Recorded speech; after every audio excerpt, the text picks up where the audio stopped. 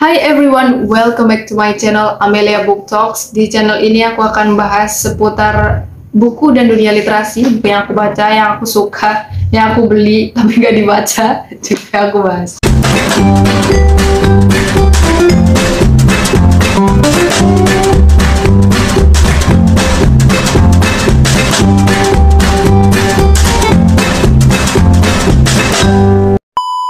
Oke, hari ini aku akan unboxing ya. Yang sebenarnya aku udah bikin video ini sebelumnya, unboxing yang benar-benar dari paket aku buka gitu ya satu-satu. Tapi ternyata kualitas videonya jelek karena pencahayanya sangat amat kurang. Aku shoot di waktu malam hari dan kameraku emang kalau malam hari nggak terlalu bagus kualitasnya. Hari aku putuskan untuk retake atau ambil video ini lagi. Untung masih ada ini nih, bungkus dari Gramedia yang bisa aku pakai. Beberapa bulan yang lalu ada diskon gede-gedean dari Mizan Store. Mizan Store kan menaungi beberapa penerbit yang besar juga. Nah, ada beberapa list judul buku yang emang aku pengen banget beli. Kebetulan waktu itu aku masih di tempat kerja, itu juga belum waktunya pulang, ya lagi waktu istirahat gitu. Aku scroll Instagram, terus nemu info. Itu tuh bener-bener nggak terduga ya. Ini bener-bener pengeluaran yang nggak terduga. Jadi waktu itu ada diskon 50% untuk judul buku apapun. Tapi hanya berlaku sekitar dari jam 10, kalau nggak salah jam 10 sampai jam 1 siang doang. Akhirnya jiwa-jiwa kalapku ya terpanggil. Ternyata waktu itu lagi tanggal muda atau enggak? Kayaknya lagi pertengahan bulan. Ya udahlah ya, mumpung diskon 50%. Nah, emang paling nggak tahan kalau lihat diskon buku. Meskipun dompet lagi tipis ya, atau udah mulai menipis, tetap aja disikat. Akhirnya waktu itu aku beli beberapa judul, nanti akan aku buka dan aku bahas. Apa sih judul-judul bukunya? Terus yang kedua, itu event urutannya Gramedia yang ke-48. Jadi mereka memberikan diskon sebesar 48% di offline store. Tapi itu ada minimum pembeliannya yaitu 200.000. Aku bahas yang Gramedia dulu aja kali ya, karena ini bungkusnya dari Gramedia. Yang pertama adalah Things Left Behind. Ini adalah buku dari Korea. Penulisnya adalah Kim Se-byul dan John Ewon. Kalau kalian tahu series Move to Heaven, nah yang dari Netflix itu, yang ada di Netflix, ini adalah buku yang ditulis sebelum series tersebut. Jadi buku ini yang menginspirasi atau mengilhami pembuatan series atau K-drama Move to Heaven. Ya kalau kalian sudah pernah nonton dramanya mungkin bakal bisa kebayang banget ya ini bukunya akan isinya seperti apa. Dan aku juga udah kebayang sih. Tapi kan tetap aja secara visual dan tulisan tuh akan beda rasanya, akan maknanya mungkin kalau aku sih biasanya lebih mengena di tulisan, lebih bisa aku ingat. Tapi dramanya juga bagus sih, dua-duanya bagus. Oke, sedikit aja aku cerita tentang Things Left Behind berdasarkan dramanya dan juga blurb-nya yang di belakang. Jadi kalau kalian tahu ada petugas cleaning service ya, di Indonesia kan banyak petugas kebersihan. Tapi di Indonesia apakah ada petugas kebersihan yang khusus membersihkan rumah atau tempat tinggal atau kamar dari orang yang baru saja meninggal? Kayaknya kita jarang banget ya ada pekerjaan semacam itu. Nah, di Korea ternyata ada. Dan kisah-kisah tentang orang yang meninggal, baik itu meninggal karena secara natural ya, penyakit, ataupun meninggal karena dia bunuh diri atau dibunuh, itu diceritakan di dalam buku ini melalui sudut pandang dari tukang bersih-bersih atau cleaning service khusus untuk orang yang berduka. Biasanya disewa oleh keluarganya ya. Kalau enggak, misalkan nggak punya keluarga, berarti disewa oleh pemerintah setempat. Terus yang kedua adalah buku memoir dari Tara Westover. Ini kayaknya udah nge-hype banget sih. Ya aku emang kalau beli buku tuh ya selalu lewat dari masa hype-nya baru beli. Ya mau gimana lagi.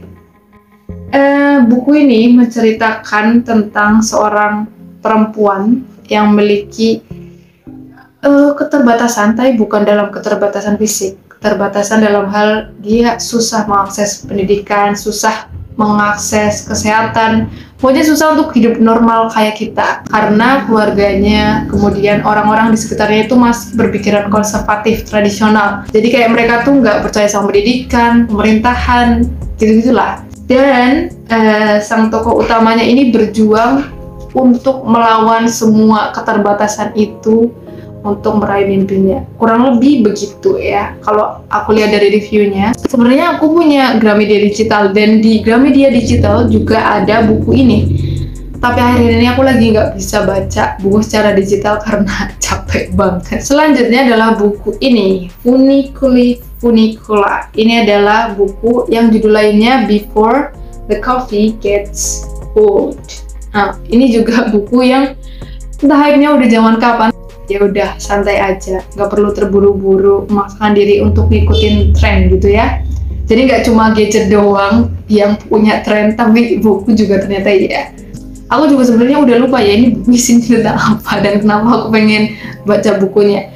Tapi berdasarkan blurb yang aku baca lagi, ternyata buku ini premisnya mirip-mirip sama Midnight Library. Nah, kalau kalian udah baca, berarti kurang lebih bukunya seperti itu. Kalau kalian yang belum baca, silakan cek review dari aku tentang buku, tentang novel Midnight Library dari Matt Haig. Ini premisnya nggak beda jauh, yaitu tentang orang-orang dengan penyesalan, kemudian mereka datang ke sebuah kafe, di mana kafe itu menawarkan kita untuk bisa menjelajah waktu dan kayak memperbaiki kesalahan-kesalahan atau penyesalan yang pernah kita buat di masa lalu. Tapi dengan serentetan peraturan, ya kurang lebih mirip sih sama Midnight Library. Oke, sekarang giliran book haul dari Mizan Store. Yang pertama adalah buku ini, Guru Aini. Ya, ini juga buku yang lama sih, hype-nya udah lama banget. Tapi nggak apa-apa, aku adalah fans dari Pak Ci Andrea. Aku dulu membaca tetralogi Laskar Pelangi dan langsung jatuh cinta sama tulisan-tulisannya Pak Ci Andrea. Jadi setelah itu jadi aku terus ingin membaca karya-karyanya beliau. Aku udah beli buku orang-orang biasa, terus kalau nggak salah waktu itu ada salah satu temanku yang ngomong kalau buku itu nggak lengkap kalau belum baca ini. Jadi kayak berkaitan gitu antara orang-orang biasa dan Guru Aini. Makanya akhirnya aku beli ini juga. Next ada buku dari Feby Indirani. Ada dua buku ini. Yang pertama adalah Memburu Muhammad dan yang kedua adalah Bukan Perawan Maria. Buku ini waktu itu udah agak lama sih aku lihat buku-buku ini. Kedua judul ini. Dari judulnya aja udah kayak Guru Muhammad, Bukan Perawan Maria, jadi kayak dari judulnya aja tuh udah menarik, anti mainstream. Makanya aku tertarik untuk baca buku ini. Kayaknya buku ini menawarkan perspektif yang unik tentang tokoh Muhammad atau tokoh Maria ataupun Islam secara umum. Nah, berdasarkan blurbnya dan juga aku cek Instagram penulis, ada sebuah istilah yang kayaknya identik dengan sang penulis dan karya-karyanya ini, yaitu Islamisme magis. Aku belum begitu tahu sih apa itu Islamisme magis. Mari kita cari tahu dengan baca buku ini. Nah, secara singkat buku ini berisi tentang pengalaman, perenungan, kisah, terus juga disertai kegelisahan dan keharuan dari sang penulis tentang Muslim khususnya yang ada di Indonesia. Mungkin lebih ke fenomena-fenomena yang kerap kali kita omongkan atau kerap kali terjadi gitu ya. Selanjutnya ada novel yang sudah lama sekali ini ya, Animal Farm. Ini udah terkenal banget. Ini adalah sebuah novel politik. Jarang banget aku baca buku politik. Tapi ini menarik banget karena aku udah beberapa kali lihat dan dengar dan baca reviewnya juga. Ini bercerita tentang sebenarnya sebuah kayak semacam peternakan, tapi peternakan ini kayak menyimbolkan sebuah negara atau sebuah wilayah dengan kekuasaan, pemerintahan, kemudian rakyat yang disimbolkan dengan para binatangnya, terus kemudian para petani atau peternaknya. Menarik gitulah.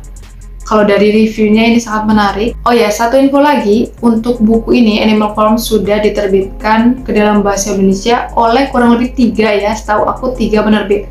Yang pertama adalah Bentang, kemudian ada versi Gramedia juga, dan ada Shira Media. Setauku ada 3 itu ya. Silakan kalian mau beli yang mana, terserah. Oke, the last but not least, ada novel dari Kurniawan Gunadi yang judulnya Bisik. Nah, kalau aku sebenarnya udah tahu agak lama dan aku juga udah mengoleksi, tapi hampir semua bukunya atau semuanya ya, itu adalah non-fiksi. Jadi kayak rangkaian cerita pendek yang berisi refleksi, yang syarat makna, syarat dengan kehidupan, dan isunya itu tentang quarter life crisis biasanya. Tapi buku-buku yang aku koleksi itu semua non-fiksi. Nah, ini adalah novel. Aku nggak tahu sih novel pertama atau bukan, tapi yang jelas ini novel pertama dari Kurniawan Gunadi yang aku beli dan akan aku baca. Nah, ini dia buku-buku yang aku beli. Silakan kalau ada yang berminat bisa cari di marketplace ataupun di website penerbitnya langsung. Cari diskon ya yang gede biar gak rugi kayak aku. Oke, thanks a lot for watching. See you again next time. Bye bye.